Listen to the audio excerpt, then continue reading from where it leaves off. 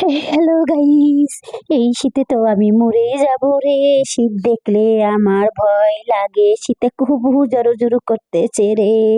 কে কে এই শীতে শীতের পোশাক পরেছেন গো? বন্ধুরা, আমি তো শীতে মরেই যাব। তো বন্ধুরা, এই যে রুম টুম ঝাড়ু দিয়ে চলে এলাম চাল মাপতে।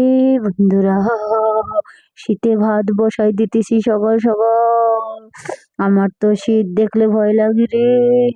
তো ওই যে কুলারে দিতেছি আমি কুলাইয়ে। তো দেখুন বন্ধুরা, ল্যাপের তলে শুয়ে শুয়ে হরলিক্স খাইতেছে। বাচ্চারা তোরা তো শুয়ে থাকতে পারতেছিস, আমি তো তখন রান্না বাড়ার ব্যবস্থা করতেছি গো। তো গাইস, সব কথার এক কথা, তো আমি আজ রান্না করব কাঁকড়া ভুনা, আর সাথে রয়েছে রুই মাছ। তো ওই যে আলু বেগুন দিয়ে রুই মাছ রান্না করব, আর সাথে নিয়েছি লতি।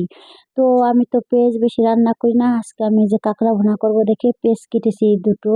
তো দুটো চারটো পেঁয়াজ কেটে কাঁকড়া ভুনা হবে, আর সাথে রুই মাছ আর ফুলকপি আলু দিয়ে ঝোল। ও আমার, আমি কাঁকড়া ভুনা খাবো না, খাবে ছেলে পেলে, আমি খাবো রুই মাছের ঝোল, ফুলকপি আলু দিয়ে। আর যে সাথে রয়েছে লতি, লতি হলে আমার খাওয়া হয়ে যাবে। লতি আমি যে ভালো খাই। তো ওই যে কাঁকড়া ভুনা করে নিচ্ছি, কাঁকড়া ভুনাটা সেই হয়েছে। তো বন্ধুরা, এই যে এখন আমি রান্না করে নিচ্ছি আলু বেগুন, আলু কপির ঝোল রুই মাছ দিয়ে। আর এই যে লতি বসাই দিলাম চুলাতে। তো বন্ধুরা, এই যে লতি হইতে থাক, আমি ছান টান করে চলে এসেছি পূজা দিতে। তো পূজা দিয়ে খাওয়া দাওয়া করে একটু মাঠের দিকে এসেছি। তো এখানে জঙ্গল পোড়াচ্ছে, এখানে জঙ্গল পোড়ানোর পরে ইরি ধান তো লাগাবে। আমি দোকানে যাচ্ছি। তো রাইতে বাজারে যাচ্ছি, বাজার থেকে বাজার সদাই করার জন্য বাজারে যাচ্ছি।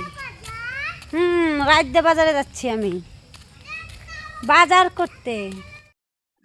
তো এই যে অলরেডি দোকানে চলে এসেছি। তো এই দোকান থেকে আমরা বাকি খাই। তো এই যে অনেক কিছু নিয়ে এসেছি, সাথে শলাও নিয়ে এসেছি।